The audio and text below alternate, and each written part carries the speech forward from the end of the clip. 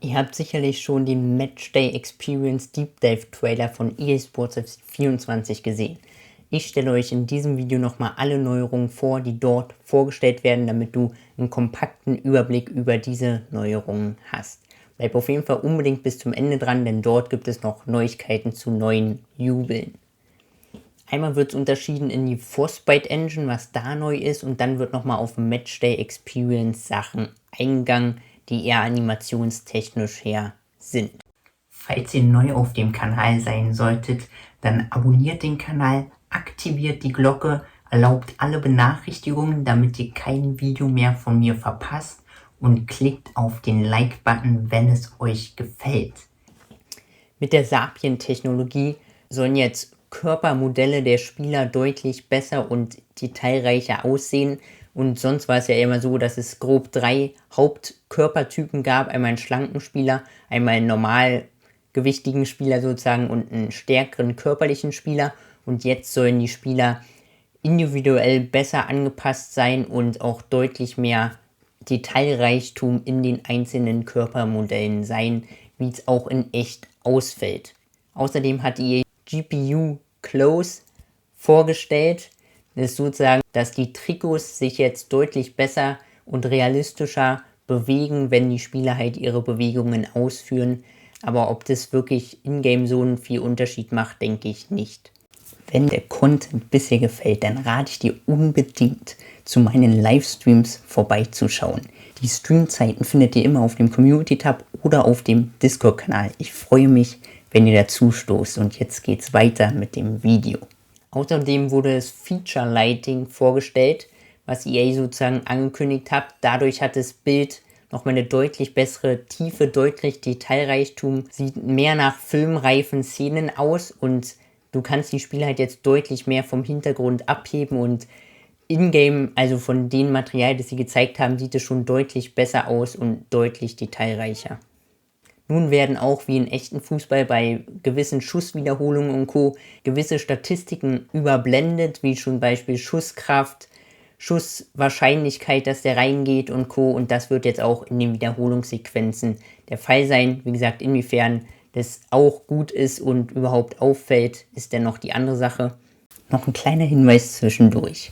Wenn du Lust hast, dich zu FIFA oder anderen Themen in der Community auszutauschen, dann komm unbedingt in den New Age Discord-Server.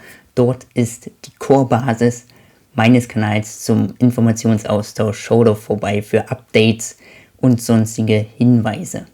Ich freue mich dort, dich anzutreffen. Also schreib dort rein.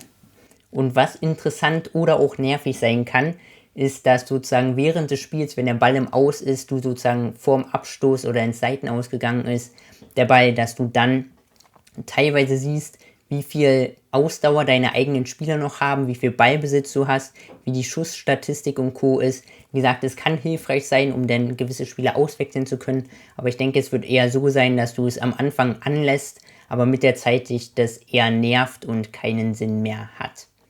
Außerdem wird es jetzt spezielle Dynamic Match Intros geben, sodass mehr Cutscenes, wie die Spieler aus dem Tunnel rauskommen, wie sie sich aufwärmen und Co. ins Spiel integriert werden, aber es ist genau so eine Sache.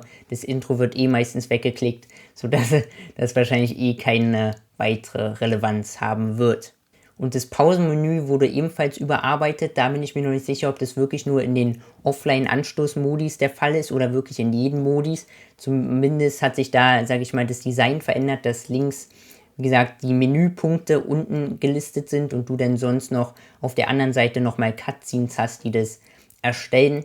Wenn es wirklich überall der Fall ist, glaube ich, dass sich auch das komplette Ingame-Menü auch so aufteilen wird, dass du sozusagen links jetzt so eine Punkte hast, wo du es auswählst und rechts dann nochmal eine Grafik, wo ein Spieler angezeigt wird oder so. Was jedoch sehr interessant sein könnte, es wird eine neue Kameraperspektive geben, die, sage ich mal, sehr weit rausgezoomt ist, wo du wirklich das komplette Spiel überblicken kannst und es ähnlich wie ein Tactical Feed aussieht. Also ich werde diese Kamera auf jeden Fall mal testen, weil die sieht wirklich stark aus, dass du einen kompletten Überblick über das Spiel haben wirst. Also achtet auf jeden Fall auf diese neue Kamera. Und außerdem wird es bei Zwischenszenen eine Schiedsrichter-POV-Kamera geben. Das heißt, dass du das Spiel, beziehungsweise wenn du sozusagen Freistoß gepfiffen hast, dass du dann siehst, aus der Sicht des Schiedsrichters, wie du zur Mauer gehst, wie du sozusagen das Spray dahin sprühst oder wenn eine Karte gegeben wird, dass du sozusagen aus Sicht des Schiedsrichters die Karte zeigst, ist ganzes nice to have, aber wie gesagt, wird sich auch nicht wirklich viel im Spiel deutlich zeigen. Und außerdem gibt es noch neue Jubel, die ihr hier seht, und es wird auch darauf geachtet, dass spezielle Key Moments in-game auch gehighlightet werden, dass sozusagen, wenn eine krasse Parade des Torwarts war, dass dann die Spieler zu ihm hinstürmen und sich mit ihm freuen, so nach dem Motto. Wie gesagt, wird letztlich auch wieder weggedrückt, aber es ist sozusagen vorhanden und kann auch nice to have sein. Wie gesagt, das waren sozusagen alle Neuerungen, die dort vorgestellt wurden. Wenn es euch gefallen hat, lasst ein Abo da, damit ihr kein Video, keinen Livestream mehr verpasst. Lasst ein Like da, teilt das Video gerne mit anderen EAFC-Freunden von euch, damit die ebenfalls einen guten Start in EAFC 24 bekommen. Und schaut unbedingt auf die EAFC 24 Playlist. Dort erfahrt ihr alle News und Neuigkeiten, damit ihr auf dem neuesten Stand seid. Zum Schluss sage ich wieder Welcome to the New Age. Ciao.